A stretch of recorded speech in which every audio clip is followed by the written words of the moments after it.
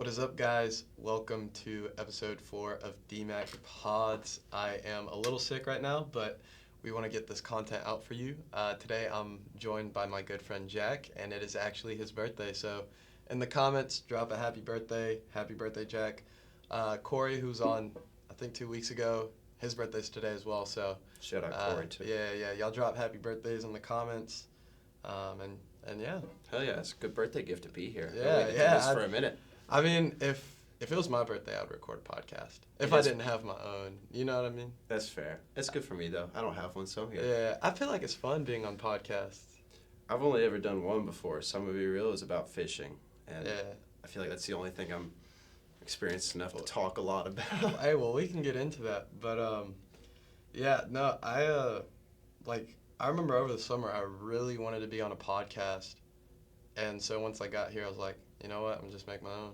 Do it yourself? Yeah, do it. You get a little closer to the mic. Is that better? Yeah. Okay. If you can hear your voice in the Okay. headphones, like if you can't hear your voice in the headphones, Okay. like you hear how mine is, then that means you're too far. Okay. But I'll have these all the way up so we can try and All right. get some distance. Bet. But so I want to start with urban planning. So you want to go into urban planning? The most exciting topic in the world. Yeah, Not tell me. at all. I don't know anything about urban planning at all. It's not anything crazy. There's a lot of people who do fun majors like, I don't know, astrophysics or like, I don't know, your engineering. There's a lot more stuff to do that's more exciting, but I always liked urban planning because it came from like Legos and Minecraft, things I did when I was really little, and I like to create little environments. Yeah. Kind of like, I don't know, design how people live. Urban planning is not just designing roads and bridges either. It's a large part psychology, forestry, architecture. It's kind of like the study of a lot of things in one. You're trying to make something function, a space function. Without going into detail, I enjoy it. It's really, really like niche.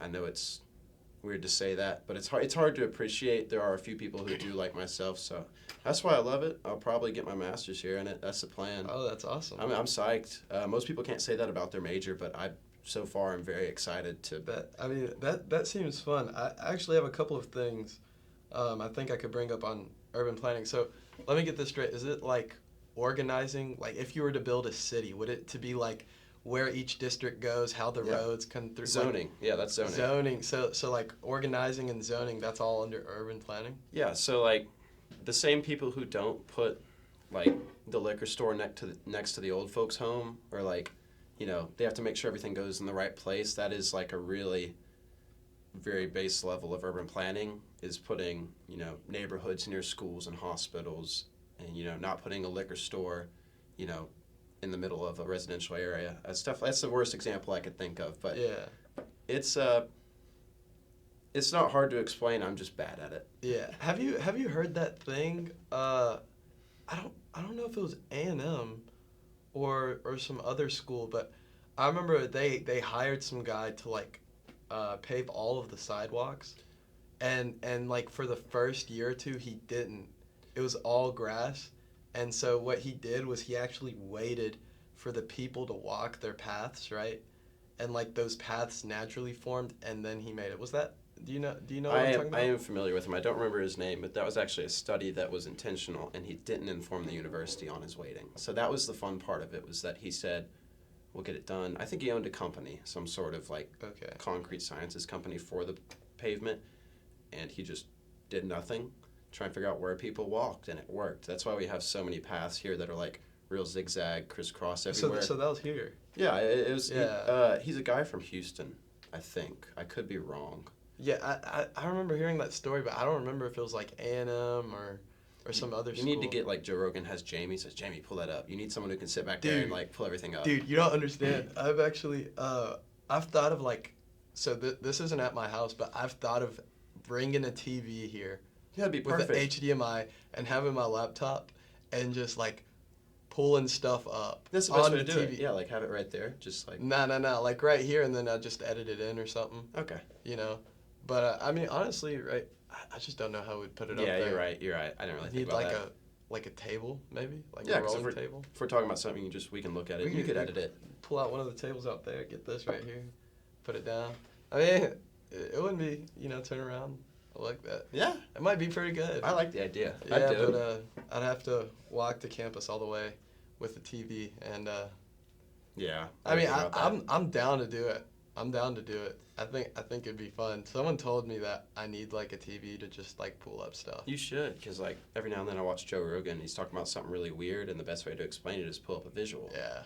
Like for those of us that aren't very smart, we need to see it to believe it. Did you ever listen to the Terrence Howard episode? Yes, I did. Oh my gosh. There was a while there where I think for probably 40 or 50 episodes, I didn't miss a Joe Rogan Experience podcast. Really? Yeah, it was just like I usually listen to music in my truck, but for a while there, I was podcast. I know when I was commuting to work this summer, a whole lot of podcasts. Mm-hmm. But about Terrence, did you so for those of you who are not familiar, Terrence Howard, he's like an actor. He was in what, Power or something? Like that was the TV show. He's been in a couple. He was in Iron Man. He was an extra in some of the Iron Mans. Yeah, he was in some of the Iron Mans, but he made like a thing where it was like 2 divided by 2 is 0 and not 1 or something like that. I am not familiar with that. It was like some crazy theory. We're talking about like the original War Machine Terrence Howard, yes, right? Okay, yes, yeah. yes. Before it was Don Cheadle. Yeah. Okay. Yeah. Sorry. He said 1 times 1 is 2.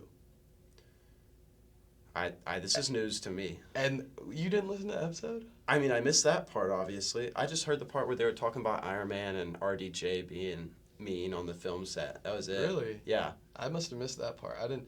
Well, anyways, he basically that they might have had multiple episodes. Could be. This one, he was like beefing with Neil deGrasse Tyson. What?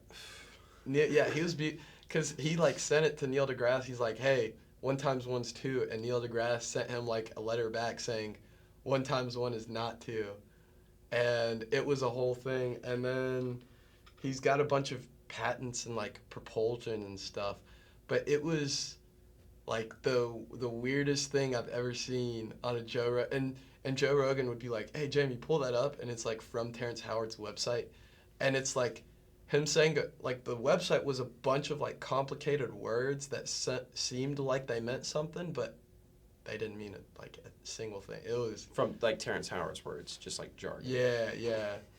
It was like I don't even know how to pull out a sentence, Terrence Howard does. Yeah, dude, he sounds genius. If you don't have like any like common sense or even like just any like 6th grade math sense, you'll think Terrence Howard's like Albert Einstein, because he 100% believes in what he says. And he's like no stuttering, no, like there's no flicker or waver of like doubt. Okay, so I'll put that on my reminders to watch that again later then. Yeah, that's sure. It was a mind bender. But anyways, actually, so the first thing about urban planning was that experiment that they had here, I guess, where they like walked and made the paths. Where do you know where that is? No, I'm not sure, but that's not like a specific occurrence. There is a real thing where cities often don't do sidewalks, see where people cut out in the grass, just to figure out where do we need to build sidewalks. Yeah. There was, I think, a project in the late 60s somewhere in Brazil. I think it was the capital. I don't know, but it was a real big futuristic city, or at least what they thought was futuristic. It was great, highways, overpasses, massive towers, statues. It looked like Coruscant from Star Wars. Really cool, but they didn't have any sidewalks. So you'd see these massive, overwhelming structures and then people walking in the dirt. Mm-hmm. The city didn't do it intentionally, but after a while they said, you know what, this works. We can figure out where we need to put sidewalks. At first they just didn't put sidewalks, like because they weren't thinking about it. Yeah. But it ended up turning into a really good like experiment for other cities. I don't know.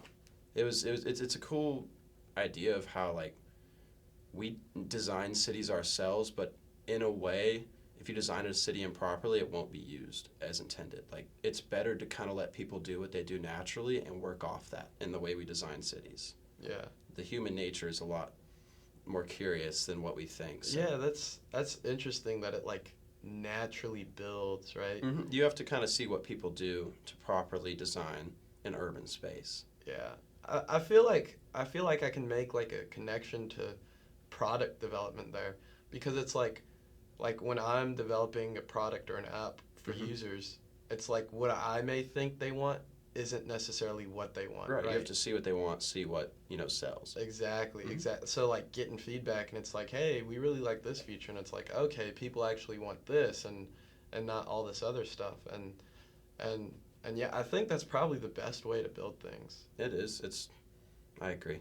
Yeah, I think that's a pretty agreeable topic. But another thing I saw interesting that could be related to urban planning. I heard.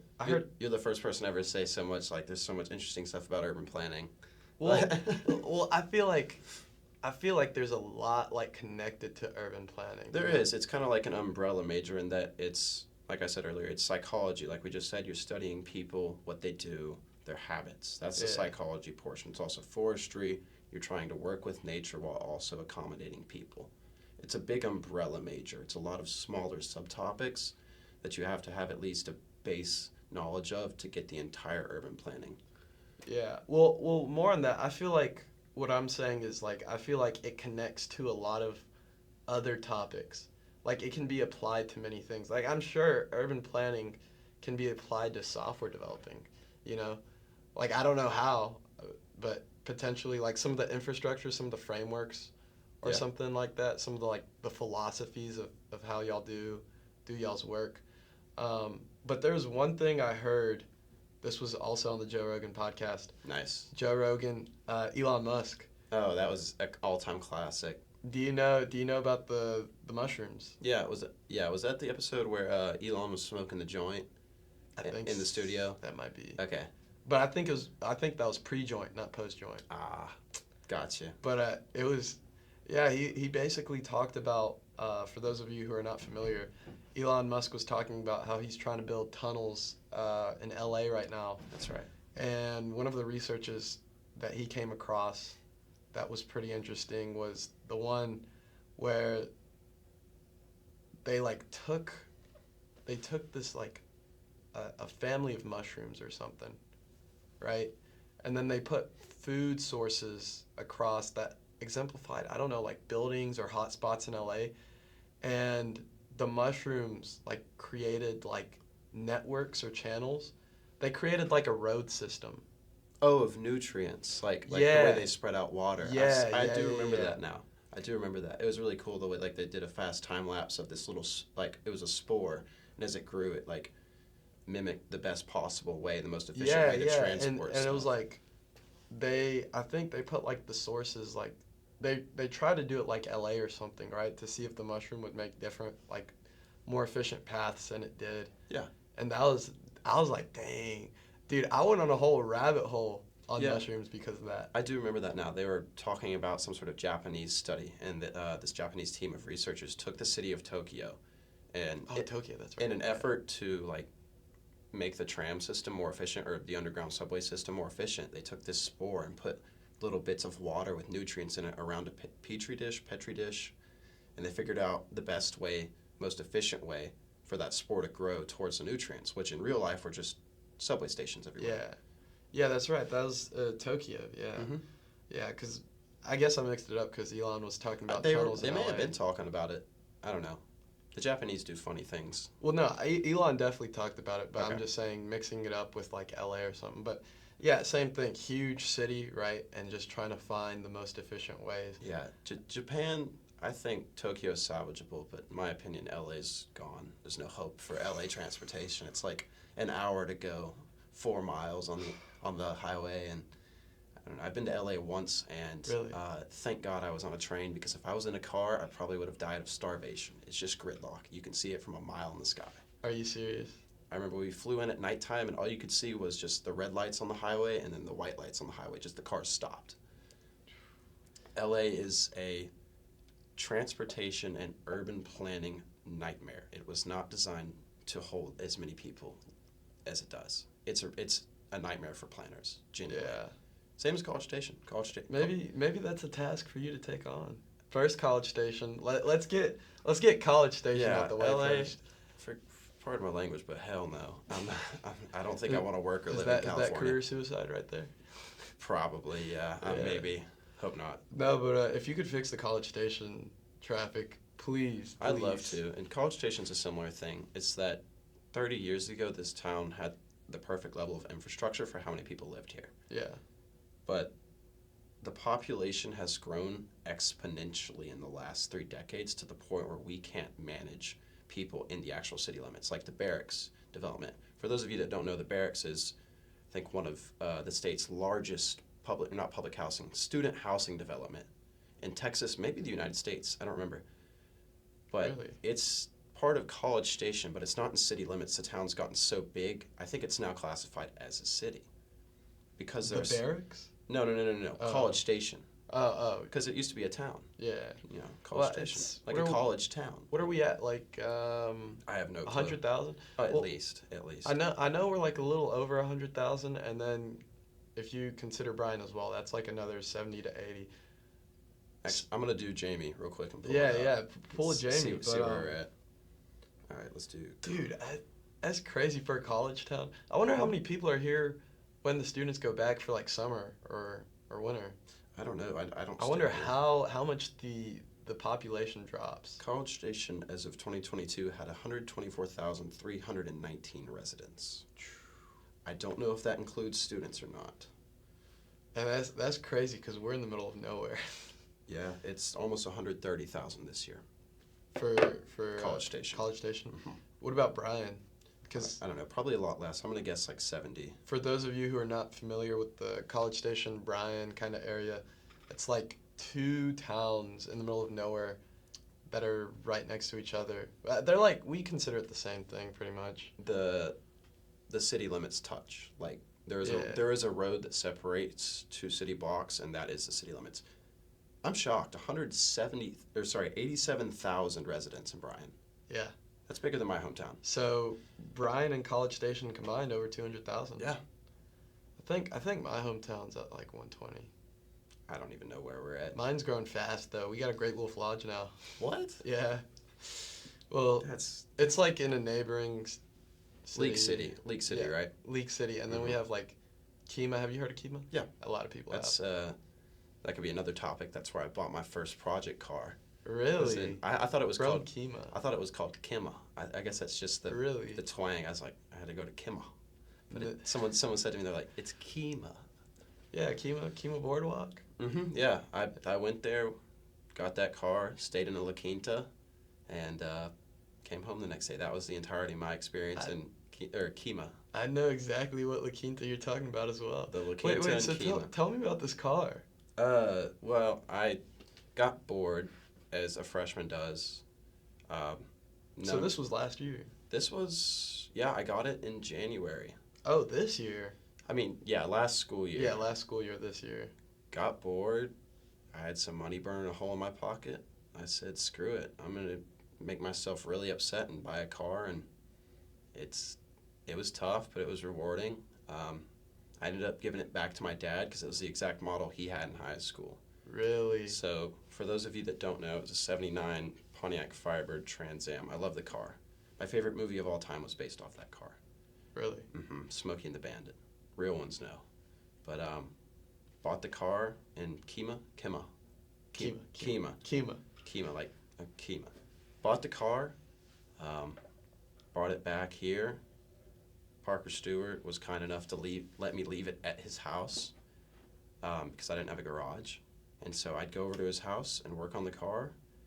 And the only thing he wanted from me in return for using his garage was a ride every now and then.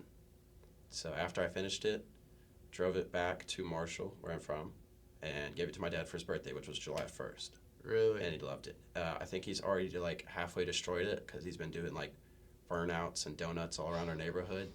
He's 56, so like a kid again. That's special, man. It was great. That's actually awesome. He was real happy. My dad's a real stern person, but he saw that car and he was like, oh, what is this? He kind of lit up. Yeah. That was the whole point of it, was to make him happy. But now I want to get another one for me. I enjoy Same model? No, I'm looking at one right now on Facebook Marketplace Funny enough, it's in Wallace. I don't know, somewhere south of Houston. I don't know if Wallace rings any bells for me. Might be like Southwest because I'm Southeast. It's southwest. Yeah. Um, So wait, what model? What you looking at? it's a 77 Pontiac Firebird Formula. So it's similar to the car I had. This is when you should start editing pictures in, because I feel like visuals is Yeah, here. I don't even know what it looks like. Okay. Oh, I mean, I can show I you. don't know what Here, either look like. You can make this podcast your first attempt at editing pictures back on the wall. Oh, you mean as like a green screen? Yeah. Yeah, we could do that. Well, I'll find a good picture. That's a good side profile. hold on. Everyone gets tired of me talking about this car, but I love it. Dude, when you said Pontiac, I was expecting like a shitbox. Yeah, beater. Yeah. Bro, that's nice. That looks like Mr. Incredible's car. That's the first time I've heard that, but I mean, just because it's black and low, I see it. Yeah, Like, it's like a little Batmobile. yeah. I called it. I couldn't think of a name for it for a while, and Parker Stewart was joking. He said you should call it the Trans, and I said, well, I don't want to call this car Trans. It's really cool. He said, we'll call it Transphobia. Yeah. So Transphobia was born. So That's a great. yeah, That's a funny name. Transphobia. Yeah, I couldn't think of a better name. So are you a big car guy? That was the first project car I've ever bought. Of course, I've never really had the money to do something like that up until, college or late high school. So, yeah, that was the first, and it went mostly well for a project car. There's bumps in the road every now and then, but it was very rewarding. So that was my first. Yeah, I need to use my own car as a project car because it has not used repairs in a while, and I honestly need to get on it because over the summer I found something out. So at my internship, my manager, he was like a big car guy, and I drove in my Dodge Challenger to work one time, right? Yeah. I'd use my mom's car most of the time because she works from home and she had a Corolla hybrid, so it was much better on gas mileage. Yeah. And my car is 10 years old now. But no, dude, he's like, oh wow, he's like, I can't believe you have one of those. I was like, why? He's like, they discontinued the Challenger. Yeah, I think there's some sort of EV version of it now where they had to make artificial engine noises, you can play it. Well, I don't think it's called a Challenger anymore. It might not be. I think it is a continuation of the Charger, the Challenger. It's just the Charger's continued. The Challenger. Is that what it is? I heard the Challenger was axed. Okay. Which is crazy because it's got 50, 60 years of history. It's a lot of cars are. I mean,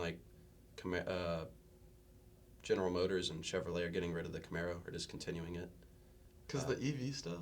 Yeah, they're gonna keep doing the Corvettes, which I'm happy about, but I think the last naturally aspirated V8 on the market in 2 years will be the Ford Mustang. Ford's already said they're not discontinuing the Mustang. Yeah, I mean, I don't see how you could. I'm really surprised that the Challenger was cut. I thought something else would go. It's sad. Dude, it is because I've driven a Challenger for the past ever since I could drive pretty much. What is it? 5 years now. It's been 5 years, yeah. Yeah, and it's this is my baby, and I was planning on getting another one, but I can't anymore unless I just find a gem, low mileage, barely used, kept in good condition. Good luck with the Challenger finding a. Yeah, that's gonna be hard. Dude, that's tough, man. It's a rough time for cars right now. It is. I'm at risk of sounding like Jeremy Clarkson. I'm not a big fan of EVs. I think they're shit. It's kind of like putting a Band-Aid over a wound that's too big. Electric cars aren't the solution, in my opinion. But I also don't like EVs because I believe a big part of a car is the mistakes it makes, being loud, being annoying, no AC. I think people like cars because they've got an almost human aspect to them, and that's why I don't like EVs. It's almost like we've officially made cars robots. They will never mess up. They're not fun. They're almost too safe, dare I say. Boring. That's what got me into classic cars was the fact that you can create a relationship with the car because it's not perfect. It's like a girlfriend. Yeah. You know, it's gonna piss you off every now and then. It's gonna make you angry, but in the end, you love it because it's an accomplishment. It's making something work. I think that's why I can't get behind electric cars is because they don't represent car culture properly. That's I've never really thought of that. I think like cars are people. Cars are people create a relationship with a car because cars mess up. You know, if something was perfect, you wouldn't be able to enjoy it. You know, when something messes up, you can appreciate when it works more. Yeah. That's why I really got into classic cars because, like, this is rewarding because it's pissed me off for so long and I'm finally happy with this car. I don't know. That's a different topic Bro, for a different day. That's deep. No, that was good. I didn't even think of that. I mean, like, now that I think of it, like, I treat my car kind of like a person almost. Yeah, I mean, when my car was pissing me off, I'd talk to it, I'd scream at it, I'd cuss at it. And once it worked, I'd congratulate it, I'd, remind it that it's doing a great job. And I don't know, I think some cars have a soul. Yeah, they definitely Except for do. Kia Souls. Kia Souls do not have souls. Kia Souls do not have souls. Little Y'all keep that on the record. Little demon cars. Yeah. I hate them. You hate Kia Souls? With a burning passion. Really? Yeah. I don't have a why either. I just do. Yeah. I mean, I don't know. What? You don't have a why? Nope. Really? I will say, every video I see of an accident, you may have seen the memes, like there's a Kia Soul somewhere in the frame. So, like, you'll see, like, a head-on collision at a red light, and then, like, at the very back frame, there's a Kia Soul in a parking lot. I've seen those. You've seen those? Yeah, it's I've seen crazy. those. Like, I saw one where a semi-truck hit, like, another semi-truck on the side of the highway, and then in the corner of the video, a green Kia Soul goes past. It's like every major accident I've seen on Instagram being Instagram, you see someone die every 5 minutes. There was a Kia Soul in there. Instagram is bad now. Instagram is... Instagram. That's the new live leaks. Honestly, bro. Dude. It really is. Alright, so, like, if you're on it during the day, it's all sunshine rainbows. Yeah. Get on it, like, 8:39. They started earlier and earlier nowadays. But, like, you get on there, bedtime... You start scrolling, you see GST, police chase. Head-on collision, Dude, cartel beheading. The GST ones are is crazy. it like Georgia State Patrol, right? Or something Yeah, they like do like a little pit maneuver, and then you just see the car, like it's bad. Instagram at 2 a.m., like, it's going to give me PTSD. It's like a cool video about a dog, cartel beheading. Cool sports cars racing, GSP pit maneuvers, a family of 5. It's like... Instagram Reels does not have a good pattern, so every time I click on something, the next video is nothing alike. Yeah, dude, have you seen the videos where it's like a car gets crushed between 2 trucks? No, I'm glad I haven't. Oh. But just like 2 semi-trucks, like, sandwiched. Dude, this might be the worst thing I've seen on Instagram Reels. It was like, so like the semi in the front like stopped because I guess it was a light. Then the semi behind didn't stop. Just smushed it. And it made flush contact with the front semi, and like the car was probably about and whatever else was in it was about like 6 inches in width. Ooh. Like it was. How's that possible? It looked like a paper, like paper thin almost. I have seen. I uninstalled Instagram for like 2 days after that. I was like, what did I just watch? I see not best, I shouldn't say that, the wildest car accident and truck-related accident videos from, like, Southeast Asia. Like, Indonesia and, like, Cambodia. I see some just messed up videos. I saw one where a truck had a big concrete, like, looked like a log on it. I guess it was a pipe. Rolled off a truck, and some dude sitting on his tuk-tuk just got ran over by this concrete pipe rolling across the road. Like, this pipe was the length of a semi-truck trailer. Instagram sucks. Yeah. I hate Instagram. Dude, it's addicting, though. It is. The algorithm is really good at catching your attention.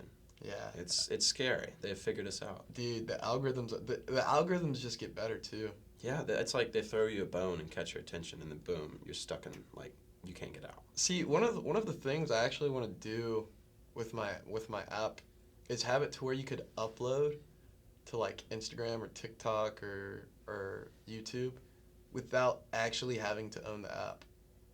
I like that. I feel like that'd be, because that's like something that I've wanted like for a long time is like, can I upload without having the app? Because I waste so much time, right? Like if I want to like promote some content on TikTok or Instagram, that requires me installing TikTok, going on there, and then uploading, and then I get caught in 45 minutes of scrolling. It's so easy too. Just Dude. like boom, and you're there. Well, they like make it pop up instantly, right? Like Instagram on your timeline, like the third post is gonna be a reel, and then you click on it, and then you're in the cycle. Yeah, I at one point I had to delete TikTok. I need to delete Instagram, but at one point on TikTok, it's like I'd zone out and then I zone back in, and I'm on TikTok, and I don't. It's like my brain after a while when I got bored was programmed to just get my phone and immediately go to like TikTok. Dude, this actually creeped me out. Like I think it was like yesterday or 2 days ago. So I was like, all right, I need to like delete Instagram and stuff because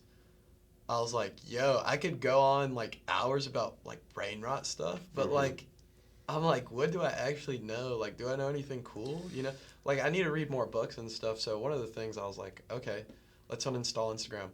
Uninstall Instagram, and then I guess I was like doing stuff or whatever. This was like later, much later in the day, and I think I was in like class, and I was scrolling, and I was like, how did Instagram get back on my phone? It was like I didn't even realize I installed it and started using it again, and it just like crazy. It clicked, and I was like, yo, we're like, right, not we, but me. I'm starting to become a robot, like. Yeah, it won't be long. They'll start activating our like sleeper codes. We're just gonna say a word on Instagram, and boom, we're like a sleeper agent. Have you seen the new Meta glasses? No, I've seen the But you've seen the Apple. Yeah, the Apple Visions, I think they're called. Yeah, Vision Pros. I've seen those. Meta did that, and glasses. Like glasses. Yeah. Like glasses. Like not that like a size. big, not big chunky. It's actually crazy. Fully AR, and like I was watching a video on it. It's like, think of what we're gonna have by 2030. Like it's crazy. Have you experienced any of the AR stuff?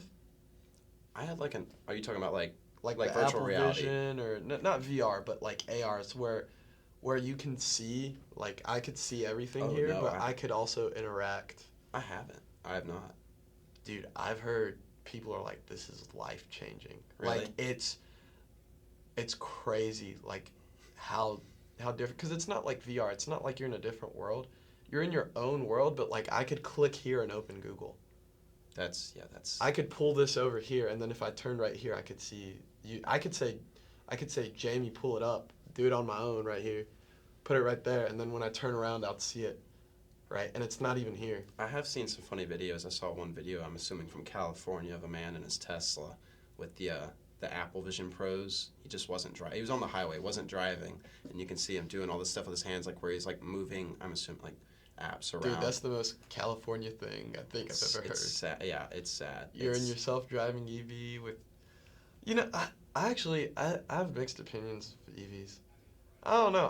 I like that I guess they're like safer and stuff. Mm-hmm. Here's my only, like, I didn't even realize, like, or not realize, but I didn't really like think of it as like people and like you've given me a new perspective, but I've also got like actual reasoning to not like EVs, but that's my personal opinion on why I don't like some of these new cars. Yeah, I mean, I definitely don't have enough research, but like to me, like I was like, okay, EVs, they're fun, whatever, right? I mean, Teslas are pretty cool, but this is what scares me about the whole like electronic engine and it not being like an actual engine is like, you know, you can get your Tesla shut off, right? Yeah. Like if you're missing. I figured you were going to say that. Dude, to me. Yeah, don't disobey or they'll turn your car off. Bro, that's. It sounds like a conspiracy. Dude, I feel like you could do assassinations like that. You know? Just like blow up someone's lithium-ion battery in their car and. Like, well, not only that, you just like you just have them drive off a cliff or something. You know? Yeah. They have no control. The doors are locked, right? It's like a horror. Have you seen There was a Netflix movie. It was I think it got like bad. It was a good one though. It was with Marshall. I'm like blanking here, but anyways, it was like basically the movie's like kind of like end of the earth, end of America, or whatever you want to call it. Um, yeah, dude, I don't even have my phone, so I can't look it up. It's You over want there. you want to try to? Nah, that's Okay. fine. But basically, there's one scene where there's like these Teslas and they're driving, and they're like, oh look, it's other people. You know, it's like one of those apocalypse movies, right? Where it's Mhm. like no one knows what's going on, right? Because at first it starts off with like the energy shutting down, and then there's like flyers in a different language that come from the sky. Then there's like a weird noise and a rain that happens for 6 days. It's just like weird. It's supposed to tweak you out. That is a bit eerie. Yeah, it's one of those movies. You know what I mean? Mhm. But they're like, okay, because they're out in like this cabin in the woods kind of area, right? Isolated from the city or whatnot. They're like, okay, we need to get out of here. And they start driving out and they see Teslas. They're like, oh, look, it's another person. They're like, oh, they're speeding up. Why are they speeding up? And then the guy, like, as it gets closer, he looks in the rear view. He's like, there's no one in that car. And then there's like, they like dodge it, but there's more Teslas just coming, like homing missiles. Trying to hit him. Yeah. That's scary. That's Dude, imagine a Tesla homing missile. It's possible. I mean, like at first, whenever cellular phones became a big thing, people were worried about being tracked. Which now we know that our information goes around. We have apps that track Patriot us. Act. Yeah. Yeah. You're familiar. Okay, so people were worried about it, and it happened, but we've kind of looked past it. Because the idea they sell to us, if you're doing nothing wrong, it doesn't matter if we can see you because, doing nothing wrong. Yeah. But I think that's kind of the way cars are going. It's like, well, yeah, we have control of your car, but if you're doing nothing wrong, you shouldn't be worried. Yeah. Dude, it's, I like, there's some stuff I want to get into, like politics-wise. I If the don't know. government ever says, I'm from the government and I'm here to help you, they're lying. Well, dude, I found this out. Did you know that the term conspiracy theory was made by the CIA to discredit conspiracy theorists? I did not know that. That sounds like some CIA stuff. Yeah, it's literally like declassified now. But they like interjected that word.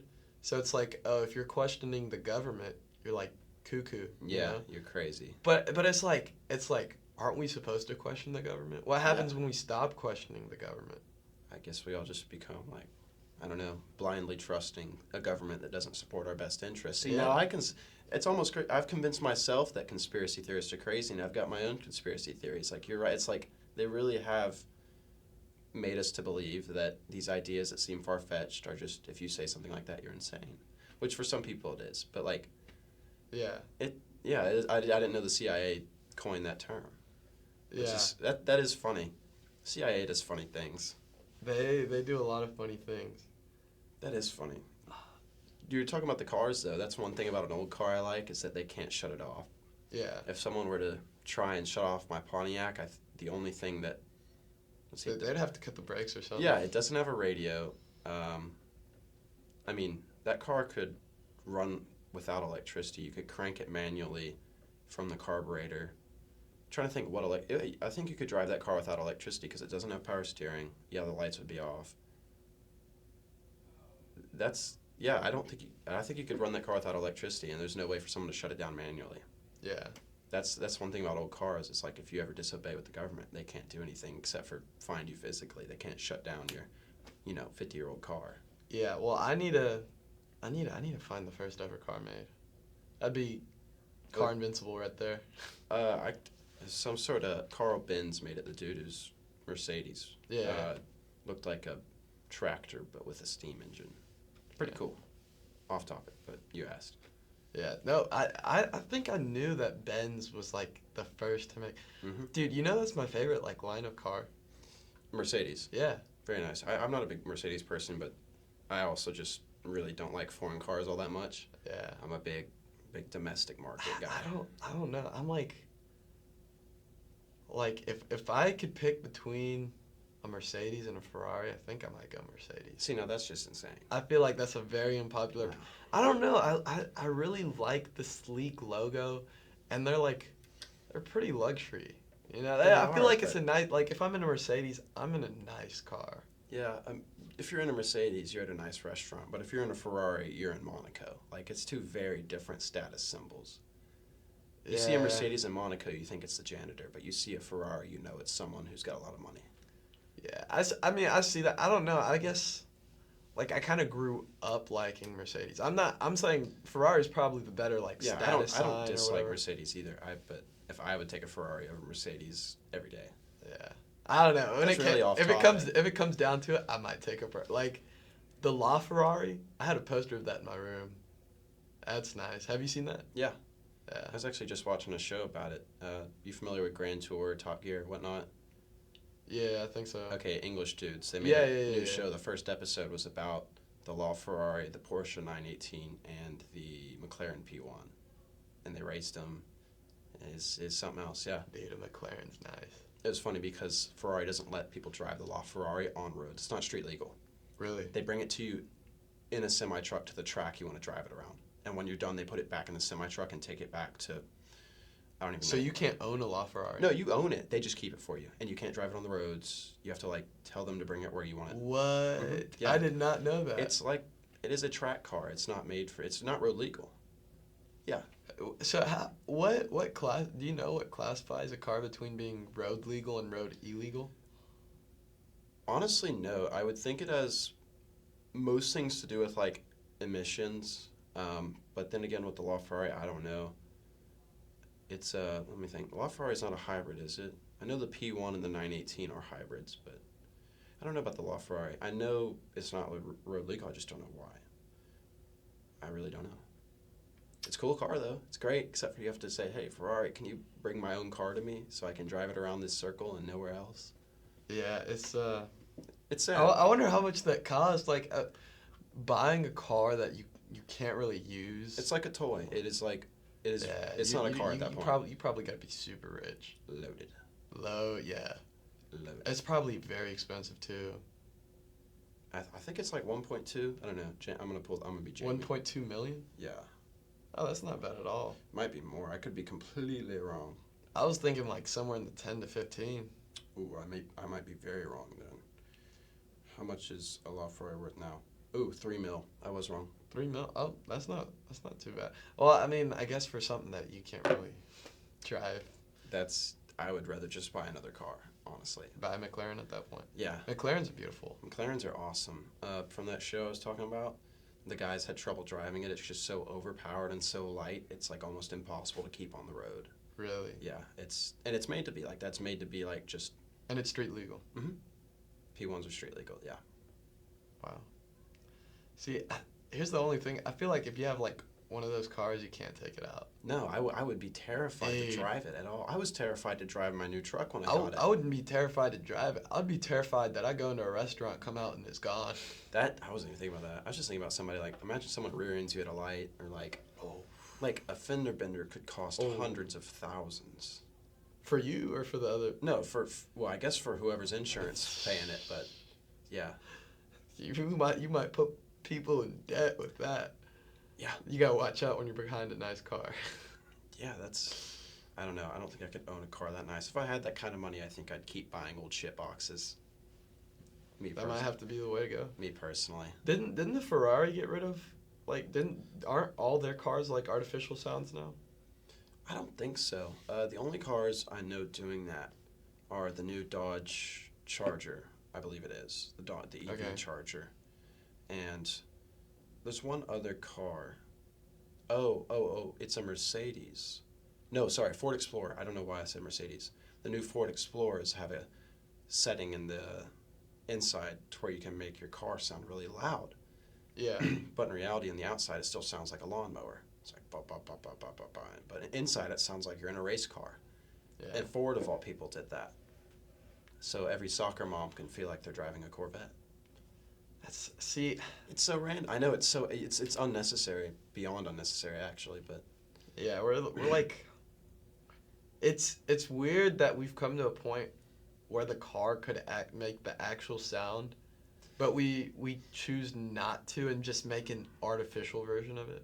Yeah, if you want a loud car, buy a loud car. Don't buy an EV that can artificially be loud. That's my I don't know. I mean, I wouldn't call the Corolla. Is the Corolla hybrid like an EV? I think the new ones are at some point, like 2014, 15, 16, 17, they made them hybrids, yeah. Yeah. Well, no. It is a hybrid because it's like a very recent one. I didn't know if it's considered like an EV or not. Or I don't know whatever. if hybrids are technically called. I think EVs are just exclusively electric vehicles. That's what they're Yeah. called. I don't think hybrids are EVs. Well, I know, like, driving my mom's car, like, when you're doing reverse, or if you're under 20 miles an hour, it has to make a buzzing noise because of how quiet it is. Oh, to keep you awake? Well, no, it's to let, like, people who have trouble, like, hearing or something. Know that there's a car coming. Like, is that what you're saying? Yeah. Okay. Yeah. So it's like, there's, like, Toyota's, like, it's mandatory for them to do it on, like, quiet cars or something because my mom wanted to get rid of it, and then we talked to them and they're like, hey, we can't, like, legally you have to have this. Wow. Because it's like think if it was like a blind guy or something, or like partially blind, and you know, if you hear like a You mean like deaf? no, not even deaf, just like you can't see it. Yeah. Right. Oh, but if he can't see it, he can't even hear. I get what you're Yeah, talking because about. it's so quiet. You like if you're outside the car without that like buzz, but the buzz is kind of annoying. But like if you can't hear that buzz, you wouldn't even know it's on. It makes sense. Speaking of that, the whole artificial noise, I think Mercedes did something similar for one of their cars. And that car's not an EV, it's just so quiet and there's no road noise. They make cat-like noise inside the cabin. It's like just like white noise at a certain like hertz or whatever it is you measure noise in. It just keeps you awake. Because it's so I think it's one of the S classes, I don't know. Another cool Mercedes thing. Dude, Mercedes always got some cool stuff. They may not have the fastest cars, but they got cool features. They be doing the most though. Yeah, they do the most. I'll say that for sure. I'd drive one. Mercedes? Yeah. Yeah. I don't want to buy one though. You wouldn't want to buy one? It's a little too much. Too much? What are they? What's like an AMG at? Like an 80? I have no clue, but I'd assume like at least 80. Like for a base model like AMG, probably like 75 or 80. Yeah. I know dude, there's like some. So when I worked at Toyota over the summer, I didn't get to test drive the Supra, unfortunately. Oh. Yeah, that was the one.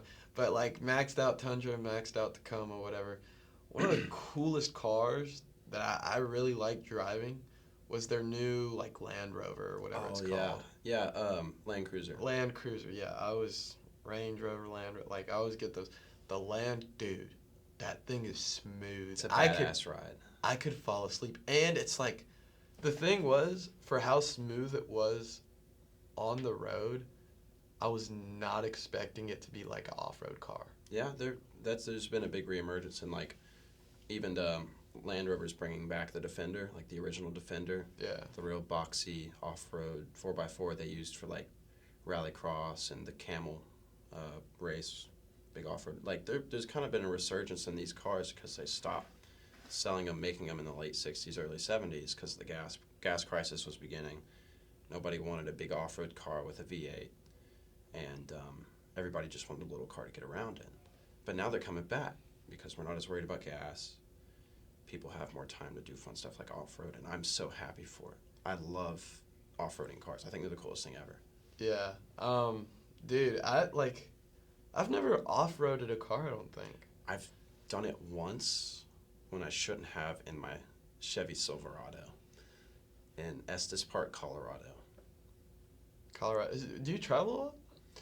That was high school. I haven't traveled much at all. Do you do like road trips or? I was with my parents, or I didn't go with my parents. I drove up with two friends, and another one was in his 4Runner. And he's got an actual off-roading 4Runner, like no bumpers. It's on like a 6-inch lift and 35s. He's the real deal. And he wanted to go off-roading.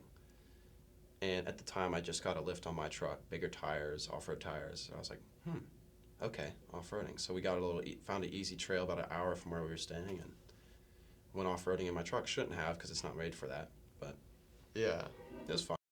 What's up, guys? I hope you're really enjoying the podcast, but first we have an announcement from our sponsors. Are you tired of struggling to grow on social media? Wasting months, maybe even years trying to figure it all out? At Zophis.ai, we're here to change the game. We seamlessly integrate cutting-edge AI with your social media strategy, so you can stop spinning your wheels and start scaling your presence. As Bill Gates once said, content is king, and now, more than ever, you need to act fast if you want to make your mark. With Zophis AI, our data-driven AI tools help you discover the true potential of your page, guiding you toward success like a North Star in the crowded digital landscape. Don't wait. Join the future of social media today. Use code Dmac-Pods for an entire month of Zophis for free. The time to dominate is now. And the URL is zophous.ai. And the code you would be using if you want a free month is DMAC-PODS. Yeah, so you were in Colorado, right? Mm-hmm. Did you visit Boulder? I actually been to Boulder a lot because I almost went to Colorado School of Mines. Really? Or not CU, sorry, I'm thinking of Golden. But yeah, I looked at CU, Boulder, CU, Denver, and Colorado School of Mines. CU, that's not like University of Colorado. They just say CU though. Yeah, I know that's not the Deion Sanders Colorado, Yeah, right? yeah. That is? Yeah, the Buffaloes, yeah. They're the Buffs. Dude. Yeah. Boulder is nice. Boulder's really nice. I've been there once. Dude, that campus is beautiful. Did you do a tour? Yeah, also Pearl Street, like their downtown area, from like a planning standpoint, it's perfect. It's Really? awesome. I love it. It's beautiful. The mountains are right behind all the buildings. Like, Boulder is awesome, but every little town right along the Rockies, like Boulder and Golden, is awesome. Really? Yeah. Dude, I went like hiking and dude, it was beautiful. But like the campus Is awesome. Dude, and like a bunch of like they have like a bunch of like HQs out there, like an IBM or something like, and it's like nice buildings, but it's like in the middle of nowhere. Yeah. But like Colorado's got like some of the best terrain, I'd say. Colorado's great. Yeah. I love how it's like you're going from the plains to then boom, there's like a 5,000-foot tall mountain. Yeah. It's awesome. The only thing I can't see myself living there. I could. Politics wise. Oh, I could care less for Yeah, whether or so not. I guess if you're in Boulder, it doesn't even matter at Blue that state, point. red state, purple state. For Well, like I mean, I don't care what kind of color. I just didn't like how they like took them off the ballot. Yeah, that was questionable. I think I could look past that for just like the amenities in Colorado. Yeah. Like most of the people are very nice, from my experience. It's a pretty nice place. A lot of Subaru Outback drivers, if you know what I mean. Outback drivers, no. The gay community is strong in Colorado, is what I mean. Oh yeah. Oh yeah, I know. When I visited, saw a lot. Yeah, no, I'm not against that. I just thought it was funny. Yeah. But I love Colorado. I think my parents were there like 2 days ago. Ever since I graduated high school, they've just been there. Really? They love it, and I don't blame them. Dude, like, if I honestly would like move there, if that ballot thing. But I mean, I probably won't care in 2 to 3 years anyway. Yeah, if I got a job offer there for enough money to make moving worth it, Dude, I applied to so many internships in Colorado. Really. Yeah. I applied to a lot of schools in Colorado, and I almost went to Colorado School of Mines, which is in Golden. That's where the Coors factory is. Really? They do tours, but you have to be 21 because as you're going through the factory, you're trying different beers. Really? I know. Dude, that'd be I nice. know. Yeah, one more year, I think, somewhere in there. One more year, Mm-hmm. yeah. I just 365 more days. Counting the minutes already? Yeah. I'm ready. Yeah, dude, I'll say when I turn 21, I'm definitely gonna go on a couple tours. But like I remember one time I went to Mexico. I was 18, went on a tequila tour. Hell yeah. Oh, Sa- whoa, Same thing, but 18 in Spain. dude. Yeah. Did they like take you through the years of the aging of all the tequilas? Like they'll be like, no, here's one year. not even tequila. Did y'all do tasting or? Yeah. Funny enough, I went on a trip with my school too, and Really? Yeah. I'm not gonna name names because I'm fine with outing myself. But we were in the Louvre in France too, and me and my buddy had the bright idea. Said, "Hey, it's legal. Let's go get a bottle of wine." So we actually snuck off. Didn't sneak off. They just said go have fun, look at stuff. So we looked at like Monet's and old, Mass, whatever. The museum was cool. We found a restaurant. We got a bottle of wine, and we snuck off from my teacher and my Didn't college sneak advisor. off. Yeah. It wasn't technically a sneak off, Yeah. but it's like they didn't know where we were, and that was intended. Yeah. And we got a bottle of wine in the Louvre, and that was my first time, like, legally drinking. I could say, like, I legally drank in France before I've had the opportunity to legally drink in the United States. Dude, I heard it's like cheap there too. Oh my gosh, I think I spent maybe 22 euros on a full bottle of wine. It's good too. What's that in American? Is a euro? Euro's worth slightly more, so it's probably about $25. Yeah, it's like still not USD. bad. No, it was. I mean, I don't know. I feel like a barefoot's probably cheaper than that though. That's Parker Stewart's question. He's Mr. Barefoot. Really? Yeah. Our graveyard in our house has like 20 bottles of Barefoot. 20 bottles? Yeah, maybe like 17, 18, somewhere in there. Yeah. I mean, me personally, I would never underage drink. No, I haven't, but I Yeah. have legally drank Yeah. in Yeah. Europe because the drinking age is 18, as it should be here. Yeah. Sorry. But just hearing, so I went to visit my brother, and he goes to school in Princeton, Okay. and so me, him, and our friend, we're just going to like do like a little picnic because I was catching up with him, right? And so the friend drank all the Barefoot, but like apparently from what I've heard from the friend, it was a great experience. But dude, in Princeton it was crazy because it was like he just popped the bottle open. Just like in a park Dude, somewhere. the cop was like 20 feet away. Oh, damn. That's, And he gave us a nod. I mean, I wasn't underage drinking. yeah, no. The friend was 21. Good. But I didn't know that you could just publicly just. I don't know if you can. Then again, And that was on campus, wow. Princeton. They're John pretty open to it, I guess. John Sharp, if you're hearing this, make it legal for us to drink on campus when we're 21. Yes. Barefoot.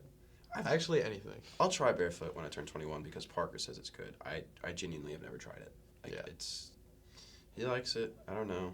From what I hear, it's got a good taste. Okay. From what you So, hear. Yeah. Good. Okay. So- I've also heard good things about one of the what is it? I just lost it. It's another one of those like light wines that Stu drinks. He loves it.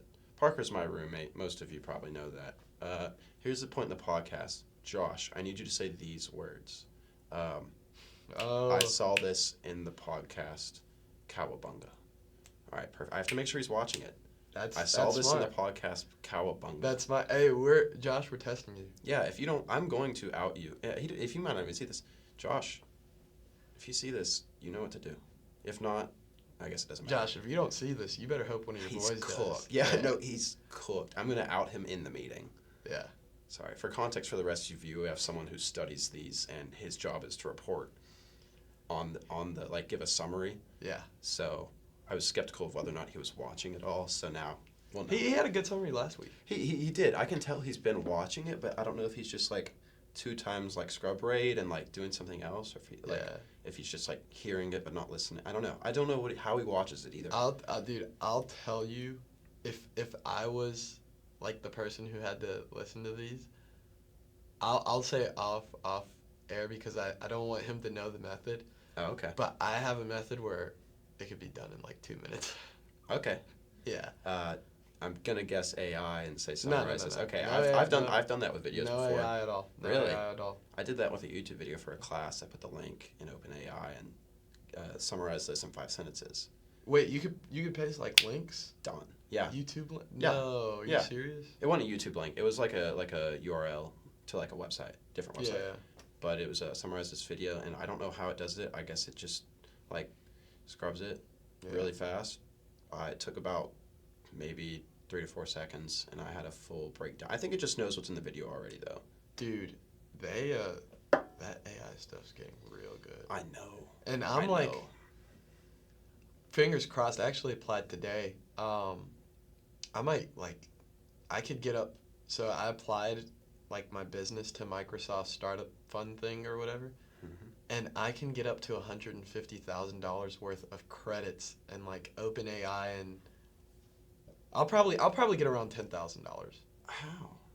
You just apply, and You just apply. I mean, most people don't even have a product when they do. I already have a website, but I was talking to my friend about it today, and the business model's actually like really genius, right? So for example, let's say, and this is, they don't give you like $10,000 to $150,000 to your bank account. It's in credits. Okay. That makes So that's more like sense. using their services. So like cloud database, right?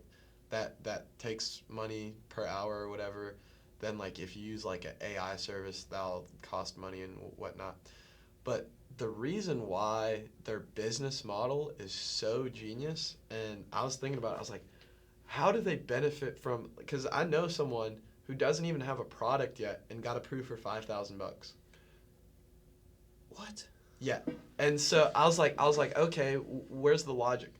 And here's the logic. So it's actually smart for them to approve everyone than to approve no one, because if let's say you applied, right, Okay. and I give you $5,000 worth, right? If your app plans to go nowhere, you probably won't even use $1,000 worth, right? Okay. Which that's $1,000 lost to Microsoft, right? Let's say you use like 900, and then you're like, you know what? I give up, the business not going anywhere, like it's time to shut it down, right? So they're down $900. But let's say you're a company and you build it up and it starts succeeding so well that you use all $5,000. Well, at that point, your app or whatever you made is so ingrained with Microsoft that you can't go to Google, right? You can't go to AWS or Amazon, right? You can't go to their competitors to host your data already, because you're so far in it that at that point you're like a customer. And let's say you're like a $10 million business, well, they'll be making maybe like 100,000 off you, right, for that small $5,000 investment. Yeah. And it's probably much cheaper than 5,000, because that price is probably like marked up, right? That's 5,000 of what it would cost you, but in reality, it could cost them like 500. So it's like giving out a loan, almost. No, it's not a loan at all. It's a grant. Oh, okay. And that's the trick, right? Because it's like, because I was thinking of it, I was like, oh, this is like free money and stuff, right? I mean, it's free money in services, Yeah. but it's still like, this helps a lot. But then I was like, wait a minute. Like, I mean, obviously, if they gave it, I'd use it. Yeah. Right. Because I'm not really. Yeah. I'm not tied to Amazon or Google. I mean, I'll apply to both of them. Yeah. See who gives me the best. Google does up to 250,000. That's stupid. Yeah. That's insane. Like stupid in a crazy way, not stupid in a dumb way. Yeah. That's insane. But the thing is like once you're so, like if I used Microsoft, right, and kind of integrated it into my app, it's like, it would be like it would be hard to get out. You know what I mean? It's like weeds almost. So in reality, I think they're making a whole lot more money off that startup fund than they're losing. It's like hedged bets almost. It's like, yeah, maybe I'll lose 1,000 10 times, but then there's one where I make 100,000. It's kind of like, I don't want to say gambling, but it's like, it's damn close if you don't trust the product. I mean, all venture capitalism, venture capitalism, and like investment is gambling. It's gambling. It's what do you? But it's a proven gambling. Yeah, it's what do you try and failure? What's Because the whole point of venture capitalists is to spread their web far and wide, and you only need a couple of successes, right? Mm-hmm. You only need one Uber for every 1,000 companies you like invest in, if you think about it. If you really do, right? Because like if you hit that one company, it could cover all of your other losses. So yeah, that's like putting $100 on every number on a roulette table. That's all I'm thinking about is if you put like $100 chip on every number on a roulette table and said, one of them will hit. Yeah, so let's say you do, but in the number jackpot Yeah. instead of it being like what 36 times. Or 33. I don't One play of those. roulette. Instead of it being that, what if it was like X 100? Yeah, it'd be because like with roulette, You take those odds any day. Yeah. You know, so if the like reward from investing in 1,000 companies is much more than the loss, then it'd make, and that's why venture capitalism is such a great like business. That's why a lot of people do it. Yeah, that's Parker and I've been talking about drop shipping, he asked about it because I did it in high school. Like, lost money for half a year and then made a little bit and said screw this. But he's also looking into, and I told him it's not a get rich quick kind of thing. Like it's like you will fail 10 times before you succeed once. But he's been looking into that. And I've tried drop shipping before. Yeah, the problem with drop shipping is you have to have a lot of money to make a lot of money. Yeah. When I did it, I had maybe like $800, $900 to my name. I feel like you also really have to be good at sales and marketing. You have to also be able to hit trends. Like, yeah. It's easy to just like say, oh, I'm gonna sell plastic pumpkins because it's Halloween. It's more than that. It's you can either try and drop ship things that people need every day, like toilet paper or Sharpies, or you can try and find something so niche that will explode. So what I did was keychains. Keychains. I know, really niche. That's pretty good. I didn't sell one for a month, and then there was one day I sold like 20, and I was like, that doesn't make sense. Fidget spinners, I think, is the greatest example of something nobody gave a shit about, and then one day you sold 1,000. Dude. Yeah. I was talking to my friend about this today.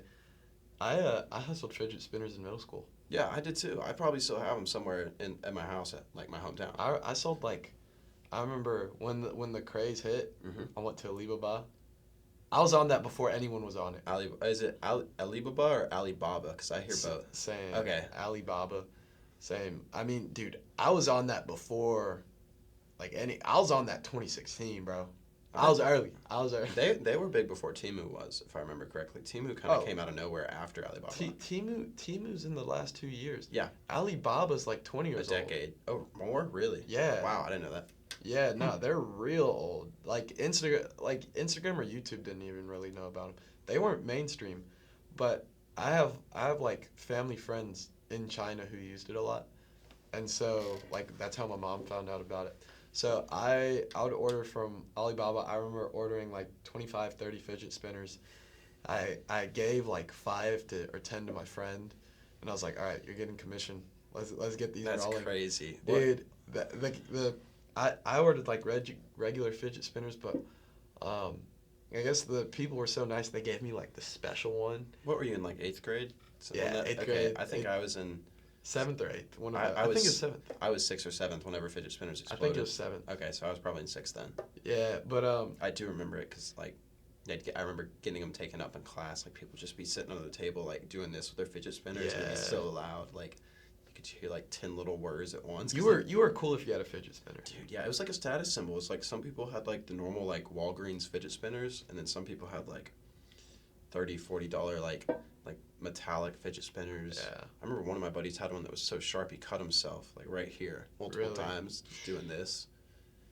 Fidget spinners were crazy, man. But that was a weird time. There were that was very weird. There were a lot of fads that came in and came out, and like in retrospect, like fidget spinners are weird, dude. It's gotta be the dumbest shit to ever explode that fast. I got one at the career fair the other day, and I was like playing with it. I was like, yo, how did these how did these blow up? Because I played with it for like 20 seconds, and then I was done. Well, yeah, I think it catered towards children with like attention span problems, and then once they all had one, everybody else was like, oh, that's cool, look, they have this, I don't know, I really never got into them big. I had one or two, probably still do, but it just wasn't. I remember at my school Hot Wheels was like a currency like for a minute. Yeah. And then fidget spinners came out of nowhere, and it was like, oh, forget Pokemon, forget Hot Wheels, forget everything we've always done, fidget spinners. Yeah. Yeah. This reminds me so like I sold like fidget spinners and pop sockets in middle school. Pop sockets, bro. I remember. You see, Dude, I was hustling those. That was another little like fad that just came and went but blew up. Like I remember I'd tell people, I said, they're like, yo, where are you getting these pop sockets from? And I was like, my uncle's got a factory out in South Carolina or something. Dude, what am I supposed to say? I got them at Walmart. You know, I'm trying to make a profit here. as long as you don't tell them how much you bought them for, you're good. Yeah. I mean, I didn't even upprice them that much. Yeah, upcharge. I Nah. would have. I did upcharge, just Not that much. Yeah. You had to make a profit. Yeah, but I didn't want to tell people like, yeah, you can go to Walmart and get it cheaper. Yeah, no, that'd be dumb. Yeah. What's another? Oh, you remember those pop sockets were the things you put on the back of the case, right? I don't want to mix up my. Yeah. It's the thing where you could like hold it or pop like it this. up. Or, Like it was like that. Where you yeah, kinda, like, there on your fingers. like the little circle thing. Yeah. Do you remember the like rubber things they had where kids would like poke them through? It was like bubble wrap, but it was rubber. Yeah. I remember that was a big thing. That was after fidget spinning. It was 2019. I remember because I was working as a math tutor, and every little kid that came in had these like rubber rainbow shaped animals. Yeah. And they just like pop them like bubble wrap. And once they were done, they'd flip it over and just pop it back the way it was. I was like, I don't get it. But at the same time, I had one. I'm like, this is. Yeah, I like if I ever get one of those because they give them out at career fairs. I was like, judging you it get them first. for free. Yeah. Yeah, you just like you play with it. It's like, I was judging it first, and I was like, dang, if this is like caught my attention slightly, I can understand why the 4-year-old is mesmerized. Yeah. There's always something that catches your attention for like half a year, and then someone somewhere else in the world makes millions of dollars, and it's funny how that works. Yeah. You know, so P Stew's trying to get into dropshipping. I don't know if he still is. We talked about it like 3 or 4 nights ago, probably for like an hour. He just came into my room. I forgot how he brought it. I think we were talking about sports bet, like prize picks. And then out of nowhere, I remember someone else we know wants to start like drop shipping pre-workout creatine. And he was You need a brand for those. That's what I told him. I said, you can't just do it from a made brand. You're not going to make anything. Like I told him that's just being a distributor, but that doesn't matter. I was like, well, why do you want to do this? He's like, I don't know. I was like, well, do you want money or are you just bored? And he said both. And I said, well, drop shipping is the worst way to gamble your money away. Like, it is so, people make you think it's a get-rich-quick scheme. It's not. It's failure after failure after failure and then small success. Look, with how everything goes now, we live in a world where I think it's like you can't really build a brand around a product. You can sell a product around a brand, but you can't build a brand around a product. Like, one of the reasons I like post on TikTok and doing all this is like, you want to build a personal brand. I feel like that's so much more valuable than making like some kind of other brand. Yeah. Because we're in like a social current, like attention is like oil. It really is. Like if you can, that's why YouTube makes money. Yeah. That's why. Well, that's why all the social medias, because attention's like oil. What's his name? Bill Gates. He wrote an article on this, and like anytime, like someone asks me advice about like any entrepreneurship or something, I always say like, yo, first start with posting, right? Like build the brand up first, you know? Mm-hmm. Like that's one of the reasons I built my app was so I could use it to build up and like grow my accounts, right? Yeah. That was like the problem I had, and I was like, okay, and it worked. Like I got up to 6,000 in 2 months. Mm-hmm.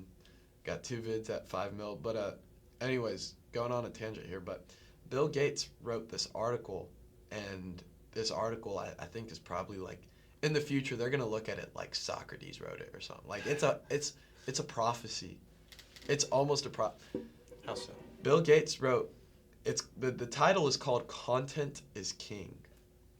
And what he talks about is he goes on to say he's like when you think of the invention of the television, the people that benefited the most from it weren't the people that made the TVs, but the people that ran the ads on the TVs or the people that produced content for those TVs. So this was back in like 2001 or like probably earlier. This was like when Microsoft was starting. This was really early, and he's like, I think the same thing's going to happen with computers. The real winners aren't going to be the people that build the computers or necessarily even code, but the people that create the content to be on those computers. Yeah, that makes sense. And That's crazy though. looking at it now, you just look at your phone screen time. Dude, mine. You know, it's That's actually your phone's over there. I'll do mine. no, mine's bad. I know mine's bad, but I'm just saying like Oh, you want to take a guess? 8. Just below. It's 7:49. Yeah, and let's see what What was your highest day? This week. Well, today it's 3 hours. Okay. Let's do a week. Wait, is that bringing down the average? I guess so. I've just been studying and had a. Oh, but today I've been on Instagram for an hour and 13 minutes. And that was probably 40 minutes of me sitting in bed when I woke up and like in between class. Yeah. And it's nothing important or informative. Dude, content is king. It's is. all coming down to attention. Like, It's shitty content too, pardon my language, but I mean like that's how we like numb our brains. it really is like I feel like that's why like a lot of things that shouldn't be happening in the world are being allowed to happen. Just because we're at a like you were bringing up the whole privacy thing. Yeah. Like we're honestly at a point where we don't like care. We're like, let me just see my Instagram reel. Yeah, I've almost gotten to the point where it's like I'm conscious that somewhere some company has my information, and it's almost that since I can't do anything about it, I don't care. And I think at some point companies will stop trying to hide that they harvest our data, because at some point we'll stop caring. I mean, I feel like too many people already like know. They're like, yeah, our stuff's probably getting. I mean, I know that people joke about phones listening, but whenever they do. If you say like lawnmower, like you go to Prime, the first thing that pulls up might be like a microwave, but the second thing will be a lawnmower. They don't make it obvious. Me and my dad were talking on the phone, and I forgot what one of us said, but he's like, he's worked with computers for a while, so he's like in the security stuff kind of, so he's been like super conscious for like years, like our Wi-Fi's not even like displayed, like you can't even find it you have to do add network. That's smart. But nah, he's like super secure, but he's always like joking with me about how they're like listening, and so I said something and he's like, oh look, an ad for something like I said 5 minutes ago. Right? He's like, yeah, look, hey Google, how y'all doing? Yeah, it's we joke about it partially because it's true, but partially because it's hard to believe. Like it's hard to process that somewhere someone's listening. I feel like we joke about it because I feel like deep down we feel like there's nothing we can do about it. That's what I was saying. Like I don't think there's anything I can do against Amazon Prime listening to my conversation if they hear me say socks and. What am I going to do about it? I need socks. Thanks. It's useful sometimes, but... And then I feel like there's also the psychology of we accept it a whole lot more because it's like okay, the whole rest of the world's going through it as well. So it's not as bad, right? Because it's like, oh, my good buddy JT's also being listened to, so if he's going through it, I could get through it, and so. We adopt that mentality that it's okay because it's happening to everyone. Yeah, but I think that's also a misconception. I feel like most of the world isn't being consistently monitored because most of the world doesn't have access to first world technologies like we do. Yeah. I know my dad, he thinks the same way as yours. He got his first iPhone maybe 2 years ago, only because our phones were no longer compatible with his BlackBerry Pearl from 2006. Really? BlackBerry Pearl. Dude, my dad has like a 2017 LG. Yeah. He's got, dude, I don't know why I'm like, just get a new phone. Yeah, my dad was the same way with trucks too. He had an 03 Chevy 2500, and he still has it. But as of, I think it was week before last, he finally bought a new truck. Like, he doesn't care for new things. He's conscious of what these companies can do. He doesn't like being listened to. So he's by no means a conspiracy theorist about people listening in. Yeah. But he's always been like, I'm just going to stick with my old things that I know will work and nobody can shut down from Washington, D.C. Yeah. I don't know. I'm glad he got a new phone and a new truck because it means I can actually call him and not just text him now. Yeah. I'm serious. There was a while there where some iOS update along the line of iOS updates like cut compatibility with Blackberries. Just like a random update, and I couldn't call my dad for like a month, and I was like, That's how they'll get you on it. I said, Dad, can you get a new phone so I can start calling you? Like, he's like, well, why? And I'm like, well, don't you want me to be able to call you? He's like, you can text me, it's fine. Yeah. He didn't care. It's kind of like when you tell your dad, like, the house is on fire and you get the thumbs up emoji. That's kind of what he said to, like, I can't talk to you. He was kind of like, okay. I don't know, but it is scary. And I think most of the people that aren't affected by it are those that can't afford the technology to be affected by it, like people in third world countries. On a, like, another part of me, I mean, it's probably a whole lot different now, but another part of me wasn't really, like, worried, I guess. Like, you know, like, oh, they're watching me through my webcam or something, because, like, now it's different because of AI, but like 5 years ago, I was like, I mean, they definitely had AI 5 years ago. Like, the higher up stuff for sure. I mean, machine learning's been around for 20, 30 years. Like, think of AI and chess, right? Like, the CPU, that's all AI. It's all algorithms. But, like, I was like, they're probably getting so much data that it doesn't matter. Yeah. You know, because think, how many people are in the U.S.? Like 350 million? Probably more now. And it's like, that's 350 million seconds every second. And that's just if that was one device per person. Yeah. You take 4 or 5. I mean, Think of how much information that is to parse. If we count vehicles, devices, I mean, I've got phone, laptop, desktop, truck. I mean, you know, Apple TV. Yeah. That they're constantly getting information from me no matter what part of my house I'm in, and even if I'm not home. Think about that. Like, but do you think having more, like, kind of overwhelms them? Like, they can't. I don't think there is a way to overwhelm a program trained to learn, because what it's made to do is just absorb information as much as possible. I guess ChatGPT doesn't really get overwhelmed. Yeah, that's true. Love ChatGPT. It's great. Yeah. It really is nice. I use it a lot. I use it too. The main thing I use it for, funny enough, is to cite sources. Really? Yeah. Oh, like citations? Yeah, just like it's great. I'll do a direct quote. I've done that. Like, it'll put the quote in there. It'll give you MLA, whatever you want. Throw the quote back at you, properly cited. Boom. Toss it in your essay. No, it's I've actually used it for citations as well. I don't know. I feel like this is a really important time or really important opportunity, I think. Because I actually I called my dad. Like, I had a dilemma. I was like, okay, so, like, I use ChatGPT to help me code and develop and stuff. Not necessarily for schoolwork or anything, but just, like, in general if I'm doing projects or whatnot. And I used it a bit at my internship, like, for work. And I was like, okay, so I even asked ChatGPT this question. I was like, on one hand, right, I could not use ChatGPT, right, and feel like I've learned a lot, which I probably learn a lot more than if I did use ChatGPT, but that would be dumb of me because I'm not using the most efficient tools at hand at your disposal. You know what I mean? Yeah. It's like me building a house with a stone instead of a hammer, right? I understand. But on the other hand, right, it's like if I built a house with a stone, right, my muscle would get a lot more jacked than if I built it with a hammer. Just to give you like I'm trying to throw an analogy, yeah. But on the other hand, if I use it, I feel like I'm not learning enough. I get what you're saying. It's kind of like you're doing a shortcut.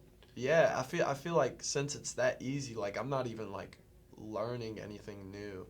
Do you know what I mean? Because it's like, okay, I could just do that and then move on, and then it's like, what did I really learn there? I've never really thought about AI as kind of like a shortcut, but now you say that, yeah, I mean, it's a gift and a curse. It really is. It's making things easier, but it's like a trade-off. Like you said, we're not learning, but we're getting things done faster and easier. Yeah. But then again, easier is not always the answer, in my opinion. Like, efficiency, as good as it would be in a factory, isn't always what you need to get something done right. I don't know. So the analogy, like the whole stone and hammer thing, Like, so let's say with the stone, right? You use the stone to build the house, and you get a whole lot more jacked, right? Mhm. Talking massive bicep, right? Yeah. Use the hammer, use a lot less force or whatever, you're less jacked. But I mean, if you can use that hammer every time, you don't even have to be jacked at that point. Right. So it's like, how smart do you even have to be at that point, right? If you have the tools at your disposal.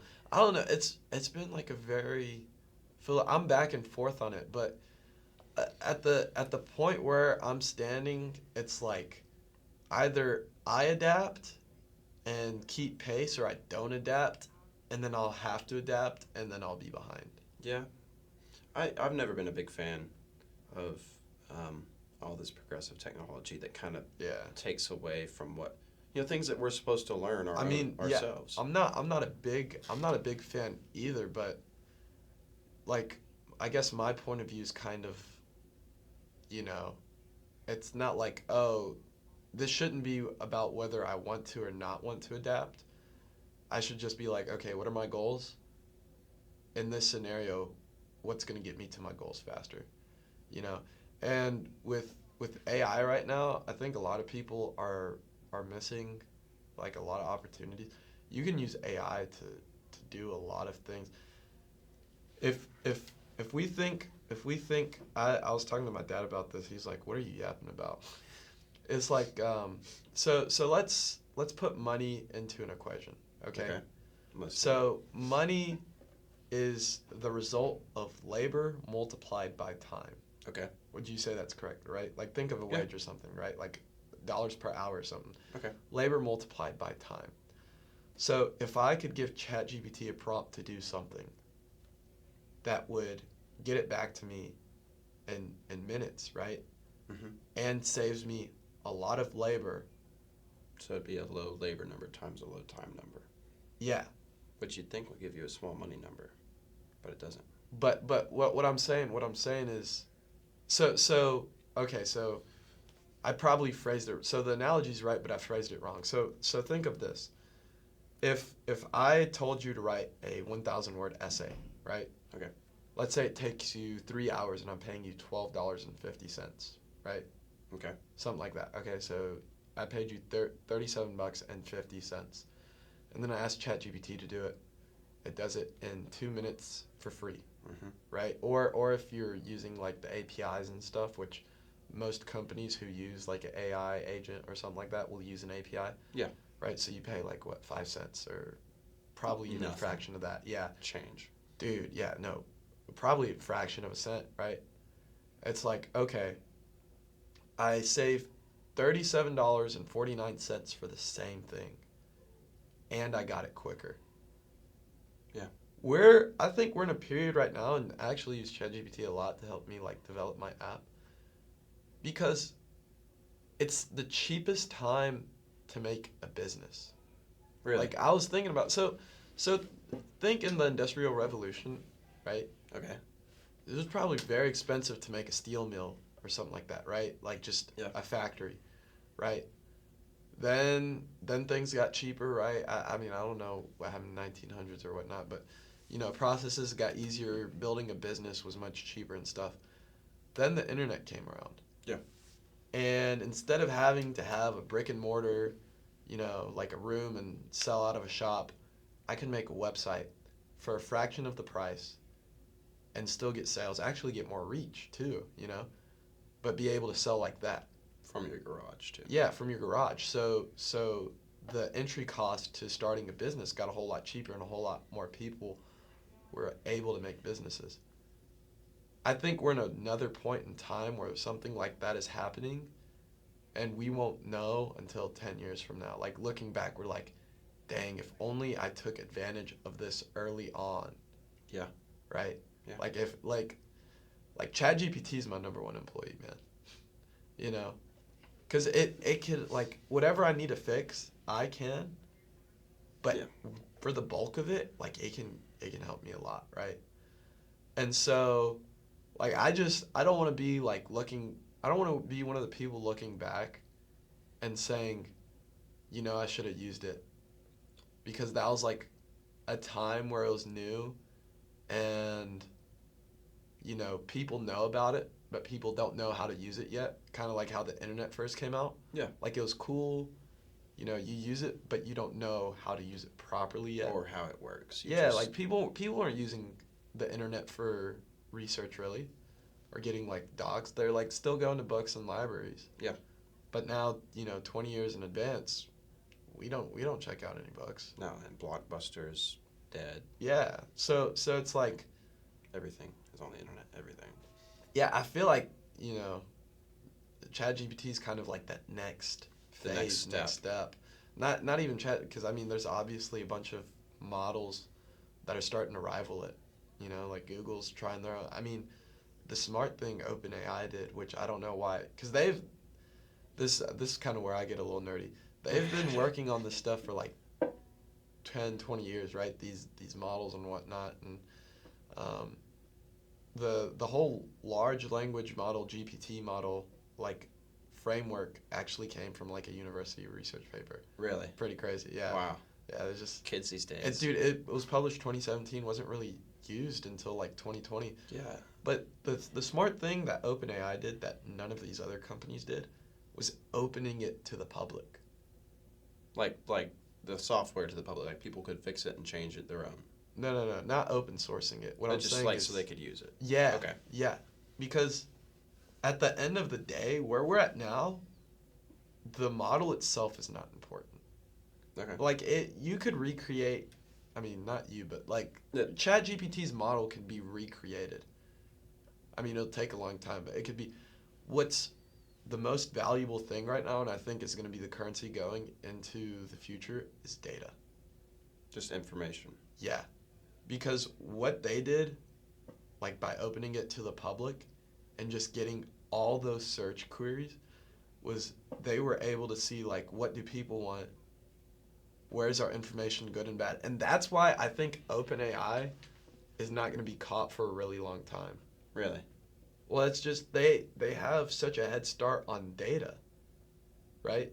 Because think of it, like it's gonna exponentially get better. I mean, at some point it'll probably plateau, but it's exponentially gonna get better. And now most people have you used Google's AI? Yeah. You have? Oh, Yeah. okay. Most people haven't. No, it's I mean I mostly use ChatGPT. Yeah. But But what I'm saying is, now that's like the household name is ChatGPT, right? Yeah. So not only did they win like from the start, right? Because when they launched, Google's like, oh crap, we need to I launch. got it. Yeah. And then IBM just came out with Watson X, and I didn't even know IBM was making ours. that's like for B2B, I think though. Wow. So, Still cool. yeah, no, I've heard good things about the Watson X, and then like AWS, Amazon, obviously, get their hands in it. Yeah. Right, but it's like, it's already so far gone because most of the customers are just gonna go to ChatGPT. Yeah. Because it's just constantly getting better, faster. I think the name ChatGPT has become completely synonymous with the AI. word AI. Yeah. It's Yeah. like you don't say ChatGPT is AI. You just say ChatGPT. Yeah. You don't say I'm not going to use AI. People say, oh, just use ChatGPT. It's inherently AI. Like the words have become synonymous, like you said, because they got such a big head start. Yeah, I think the lesson to be learned here, though, and this is kind of like a business lesson. I mean, this could be applied to everything. Is honestly, when ChatGPT like 3.5, that was the big one. Mm-hmm. That was the big boom. But I don't even know if that was the best model at the time. Really? Yeah, but what I'm saying is, sometimes in life you don't have to be the best. You just have to be the fastest. Deep shit. Yeah, I feel like speed kills. You know what I mean? Yeah. Like I feel like sometimes being fast is much more important. See, I say that, but then like you think of news, because news Yeah. has adopted that philosophy too, being fast rather than being right. Right. Yeah. That's Well, scary. from a business standpoint, Yeah. I mean, it's a better model than just waiting and being right, because then you're late. Yeah. You know, if you're not first, you're last. yeah. I don't know. It's scary. It is pretty It's scary. we got a lot of stuff going on. We do. World technology. Every now It's- and then it becomes like too much for me personally, and I'm just like, I wish I could just go. I think a lot of this is just a result of shortened attention spans. 100%. I know my attention span is fried. Yeah. I can't sit down and do homework for more than 30 minutes at a time. It's like 30 minutes and then 5-minute break. It used to be, like early high school, I could sit down and just read a book in one sitting. Yeah. Like, done. Give me 3-4 hours. I won't sit. I won't stand up. I won't talk. I won't look at my phone. And now it's like, shit, I've even had the urge while we've been talking. Just to pick up my phone, and I'm like, yeah. I'm subconsciously just my hand goes, I don't know. I mean, I like to set my phone over there. That's just smart. You know, one reason's there we go. one reason is because I don't want any interruptions or something. Right. I feel like if I check it, I could cut off my own train of thought or something, you know. But another reason is Joe Rogan. He makes all his guests give up their phones. Oh, that's smart. Yeah. I think they put it in a separate room. He actually makes them do that, or audience for his comedy club do that. When you walk in, you have to give them your phone, or you put it in a pouch or something, and then you get it back. Okay, that's interesting. Yeah, isn't that kind of? Yeah, that is pretty interesting. It's smart though. It's a good way to keep their attention. Yeah, I'm sure there's a whole ticket system. They have a Yeah. Ziploc or some kind of bag, and you tear a ticket, put it in, and get it out then. That's crazy. Like I was saying, every now and then it makes me think Kaczynski ish. Man, I wish I could go hide in a cabin in the woods. You know, I think I don't know if this was with Corey or my first guest David, but I remember saying what I want to do. If I was financially free or retirement, what I'm gonna do, literally go be a goat farmer in Patagonia. That's crazy. Just off the grid goat farming. Yeah, That's I'll awesome. bring friends and family. I don't know how long I'd last. I think I could go hermit if I had if you give me 100 acres and just the tools to create some sort of shelter and basic medical, just only me in the woods, I think I'd be very happy, content. As much as I love my truck and my phone and my computer and my video games. Yeah. Put me in the woods for a minute. Hide me from all the technology. I'll be happy. Dude, yeah. It's a fun thought. It is. Another thing I've considered is just going and being a monk at a Buddhist temple. That's crazy. I feel like it'd be kind of fun. I don't think I could do that because, granted, you're cutting off the entirety of life at that point. It'd be like a little 2-3 year excursion, you know. Yeah. Also, I'm just back. Also not Buddhist, so yeah. That's probably the number one reason I couldn't be a Buddhist monk. Do some Doctor Strange did something like that, right? I think Batman did too. I've never watched Doctor Strange, so I don't know. Really? Mm-mm. That's interesting. Yeah. Well, all right, Jack. I think we're about to get kicked out. Our time is ending or we're supposed to be out by 3. I think it's a little past, but it's fine. Yeah, we haven't been kicked out yet. But so if I were to summarize, EVs are weird. Technology grows too fast. Old cars are better. Goat farming in Patagonia. Kaczynski may have had a point. Yeah, I think that's a great summary. You just helped out Josh with the. Ah, shit, Josh. Yeah. Dang it! Well, he may not even make it this far. We'll see. If he does, I'll be surprised. But I don't even remember what I told him to say. Something Ka-chow. I don't even remember. I said a gazinga or something. Bazinga. Okay. Yeah. We'll cut it. Well, all right, y'all. Thank y'all for joining us on Dmac-Pods. Sorry I was a little sick today, and back on our regular schedule.